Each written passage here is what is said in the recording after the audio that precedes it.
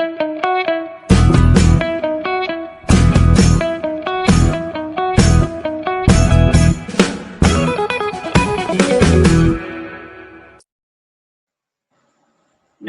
मैं दर्शन शर्मा आप सभी का स्वागत करती हूँ एशियन टीवी इंडिया पर। हम लेकर आए हैं देश में आम आदमी पार्टी से जुड़ी वो खबरें जिसका असर राजनीति से आम जनता तक साफ दिखाई दे रहा है। तो बने रहिए अंत तक हमारे साथ। सबसे पहले चलते हैं गुजरात की तरफ, सुनते हैं दिलीप सर से गुजरात के लिए। जी दिलीप। जी एकेएन टीवी के सभी दर्शकों को प्रणाम, नमस्कार। देखते हैं कुछ खबरें गुजरात की।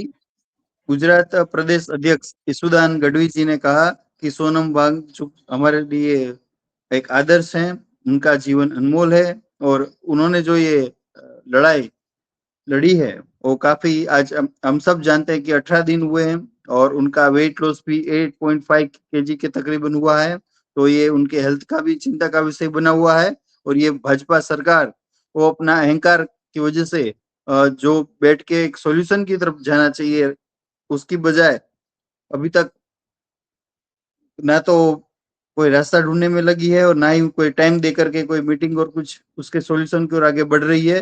तो ये जो उनका अनशन है उनको थोड़ा हेल्थ को ध्यान में रखते हुए और सभी स्टूडेंट्स के हित में, क्योंकि उनकी हेल्थ भी इतनी ही चिंताजनक बनी हुई है, तो ईसुदान गढ़वी जी ने कहा कि सबको सपोर्ट भी करना चाहिए उनको और उनका अनशन उनको अभी समाप्त कर करके दूसरे रास्ते से कोई सोच करके ये आगे बढ़ाना चाहिए, क्योंकि हेल्थ भी काफी मायने रखती है और ये चिंता का विषय भी बना हुआ है। आगे चलते हैं अमरेली। अमरेली का जीरा रोड रेलवे स्टेशन है, वहां पर भ्रष्टाचार ऐसे सामने आया है। ऑन पेपर इन्होंने बताया कि हम लोग प्लेटफॉर्म को रिफॉर्म कर रहे हैं, पूरा मतलब रीडेवलपमेंट कर रहे हैं, लेकिन वहां पर सीमेंट की एक चादर सी बिछा करके इन्होंने उसको सिर्फ सरफेसिंग का काम किया है। तो ये इतना बड़ा भ्रष्टाचार, जब सांसद सभी वहां पर विजिट पर गए तो उन्होंने पाया कि यहाँ पर रीडेवलपमेंट का नाम दे करके सिर्फ रीसरफेसिंग का काम हो रहा है। तो ये भ्रष्टाचार अमरेली के जीरा रोड रेलवे स्टेशन पर पाया गया। अब केंद्रीय लेवल पर जो ये काम चल रहा है रेलवेज का, उसमें इस तरह का भ्रष्टाचार कर बाहर आना ये चिंता का विषय है। आगे चलते हैं Jamnagar.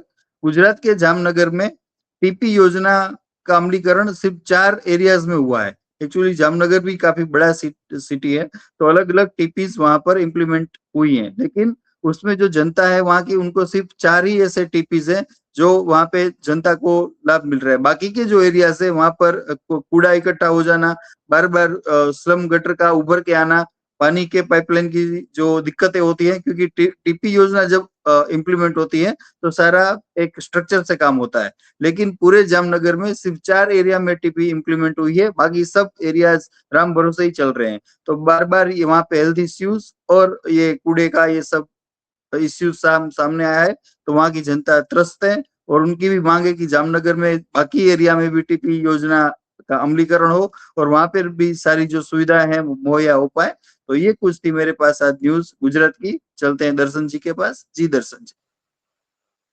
Thank you so much Dilip sir, बहुत अच्छे आपने गुजरात की न्यूज़ हमें सुनाई है। अब चलते हैं दिल्ली की तरफ, सुनते हैं सिमरी से दिल्ली की खबर। जी सिमरी। नमस्कार, मैं सुनाती हूँ आपको दिल्ली की न्यूज़।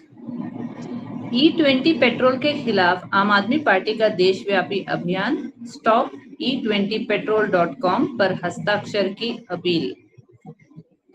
देश में E20 पेट्रोल को लेकर छिड़े विवाद के बीच आम आदमी पार्टी ने केंद्र सरकार के खिलाफ मोर्चा खोल दिया है। दिल्ली सरकार के मंत्री सौरभ भारद्वाज जी और पार्टी के राष्ट्रीय संयोजक अरविंद केजरीवाल जी ने नागरिकों से स्टॉप E20petrol.com वेबसाइट पर जाकर याचिका पर हस्ताक्षर करने की अपील की है। सोशल मीडिया पर लोग लगातार शिकायत कर रहे हैं कि E20 ईंधन के कारण पुरानी गाड़ियों का माइलेज कम हो रहा है और इंजन में खराबी आ रही है। जनता और विपक्षी नेताओं की मांग है कि पेट्रोल पंपों पर सामान्य पेट्रोल का विकल्प भी मिलना चाहिए और E20 पेट्रोल की दाम भी कम करना चाहिए ताकि उपभोक्ताओं को अपनी मर्जी का ईंधन चुनने की आजादी हो। सोनम वांगचुक जी के अनशन को मिला अरविंद केजरीवाल और विपक्ष का साथ, कॉकरोच आंदोलन तेज। नीट परीक्षा में धांधलियों और पेपर लीक के खिलाफ केंद्रीय शिक्षा मंत्री धर्मेंद्र प्रधान के इस्तीफे की मांग को लेकर जंतर मंतर पर चल रहा कॉकरोच जनता पार्टी का आंदोलन और तेज हो गया है। इस आंदोलन में कई दिनों से अनिश्चितकालीन भूख हड़ताल पर बैठे पर्यावरण कार्यकर्ता सोनम वांगचुक की बिगड़ती सेहत और तेजी से घटते वजन पर आंदोलन के प्रवक्ता सौरभ दास सहित विपक्षी नेताओं ने गहरी चिंता जताई है। आम आदमी पार्टी के प्रमुख अरविंद केजरीवाल जी ने वांगचुक जी को देश की धरोहर बताते हुए उनसे अनशन खत्म करने की अपील की है और उनके समर्थन में 16 जुलाई को खुद जंतर मंतर जाने का ऐलान किया है। सोशल मीडिया पर सरकार की चुप्पी को लेकर तीखी बहस छिड़ी हुई है। वहीं अखिलेश यादव और उद्धव ठाकरे जैसे नेताओं ने भी इस आंदोलन और सोनम वांगचुक जी के गिरते स्वास्थ्य पर चिंता व्यक्त करते हुए अपना समर्थन दिया है। ममता बनर्जी को कांग्रेस के शहीद दिवस कार्यक्रम में न्योते पर सौरभ भारद्वाज जी का बयान। आम आदमी पार्टी के नेता सौरभ भारद्वाज जी ने कांग्रेस द्वारा ममता बनर्जी जी को शहीद दिवस कार्यक्रम में शामिल होने के लिए दी गई आमंत्रण शर्त पर निशाना साधा है। उन्होंने कहा कि कांग्रेस द्वारा ममता बनर्जी के सामने 30 साल पहले पार्टी छोड़ने को अपनी गलती सार्वजनिक रूप से स्वीकार करने की शर्त रखना पूरी तरह गलत है। भारद्वाज जी ने जोर देकर कहा कि भाजपा के खिलाफ विपक्षी एकजुटता बनाए रखने के लिए राजनीतिक अहंकार और ऐसी शर्तों को छोड़ना बेहद जरूरी है।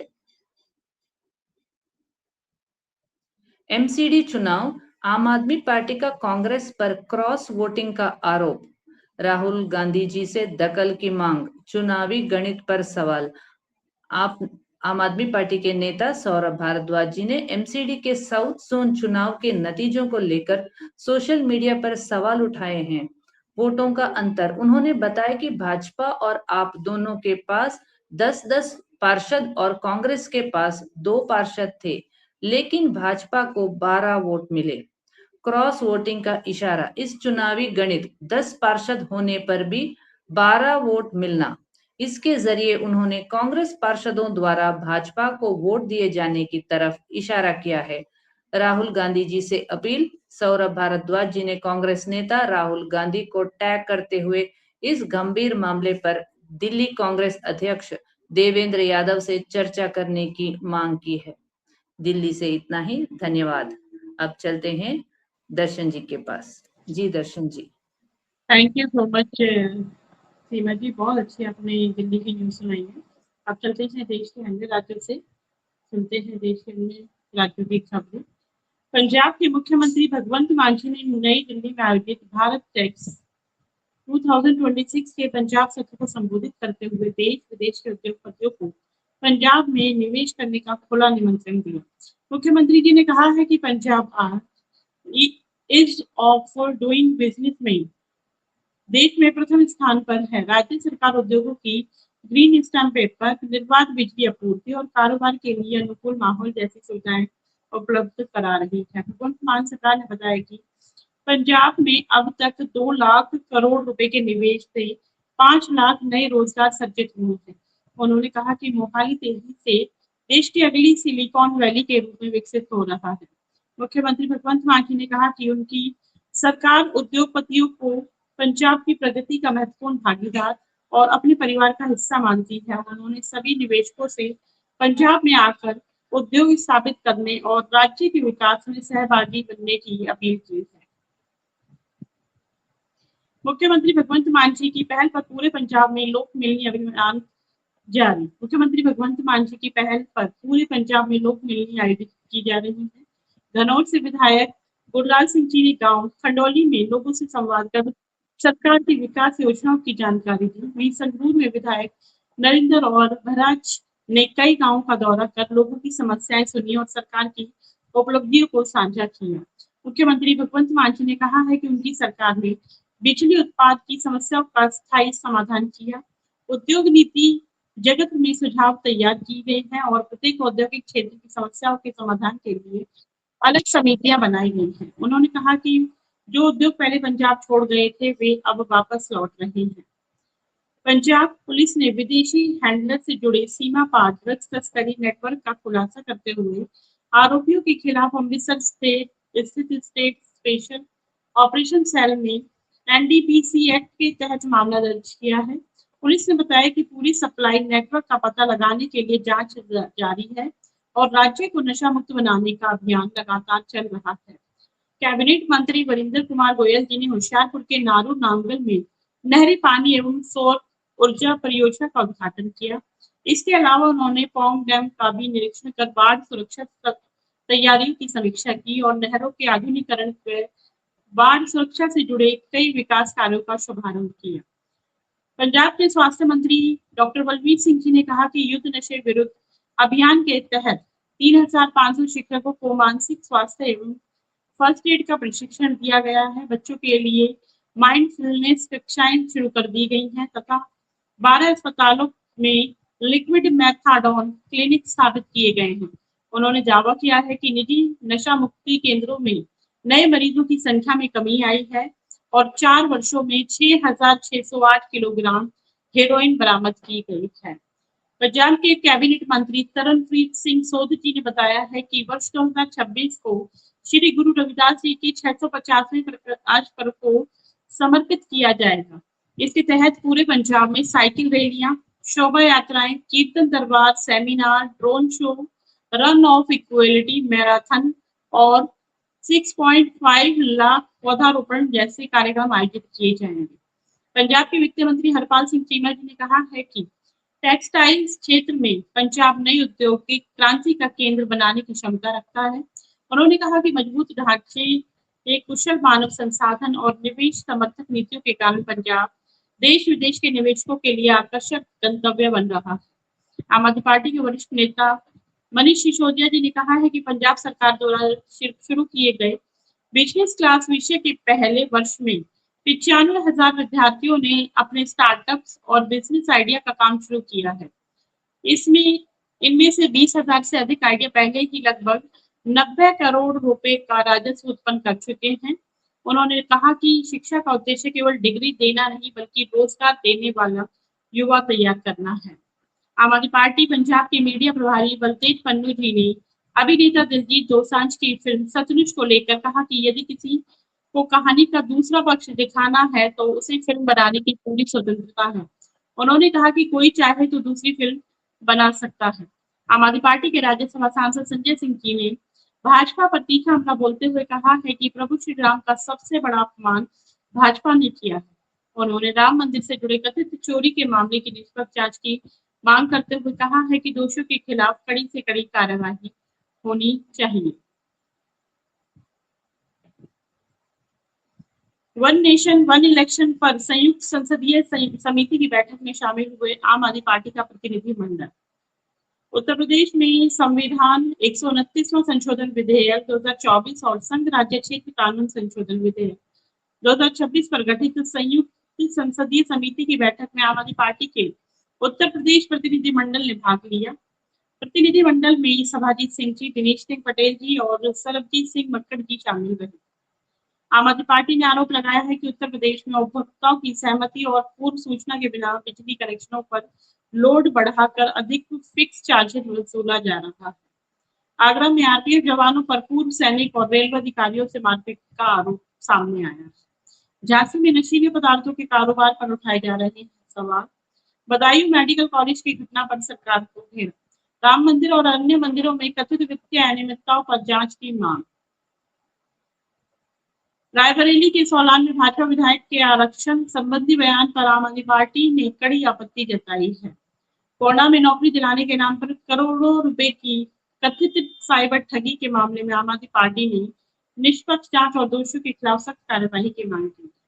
आम आदमी पार्टी ने उत्तर प्रदेश की बोर्ड परीक्षा में अंकों की कथित लेन देन और अनियमितताओं के आरोपों को लेकर राज्य सरकार से जवाब मांगा। हरियाणा के करनाल में 19 जुलाई को होगा जिला स्तरीय कार्यकर्ता सम्मेलन। आम आदमी पार्टी ने 19 जुलाई 2026 को करनाल में जिला स्तरीय कार्यकर्ता सम्मेलन आयोजित करने की घोषणा की है। यह सम्मेलन सुबह 11 बजे मानव सेवा संघ पुराना बस स्टैंड के पास करनाल में होगा। झारखंड के बोकारो में आम आदमी पार्टी इकाई ने राम मंदिर चंदा मामले में कथित अनियमितताओं की निष्पक्ष जांच की मांग को लेकर हस्ताक्षर अभियान चलाने की घोषणा की है। महाराष्ट्र के नागपुर में E20 पेट्रोल नीति के खिलाफ आम आदमी पार्टी का प्रदर्शन। उड़ीसा में महिला अधिकारों की लड़ाई जारी रहेगी। आम आदमी पार्टी के उड़ीसा के प्रदेश अध्यक्ष निशित मोहपात्रा जी ने कहा है कि महिलाओं के अधिकारों और सम्मान की रक्षा के लिए पार्टी लगातार संघर्ष कर रही है। मध्य प्रदेश में कथित फर्जी बीएड कॉलेज मामले पर आम आदमी पार्टी ने भाजपा को घेरा और पार्टी ने आरोप लगाया है कि कागजों पर संस्थान दिखाकर सरकारी धन का दुरुपयोग किया जा रहा है और इसकी निष्पक्ष जांच होनी चाहिए। तो ये थी देश के अन्य राज्यों से आम आदमी पार्टी से जुड़ी कुछ खास और अहम खबरें। कल फिर हाजिर होंगे नई खबरों के साथ। तब तक के लिए नमस्कार, जय हिंद, जय भारत।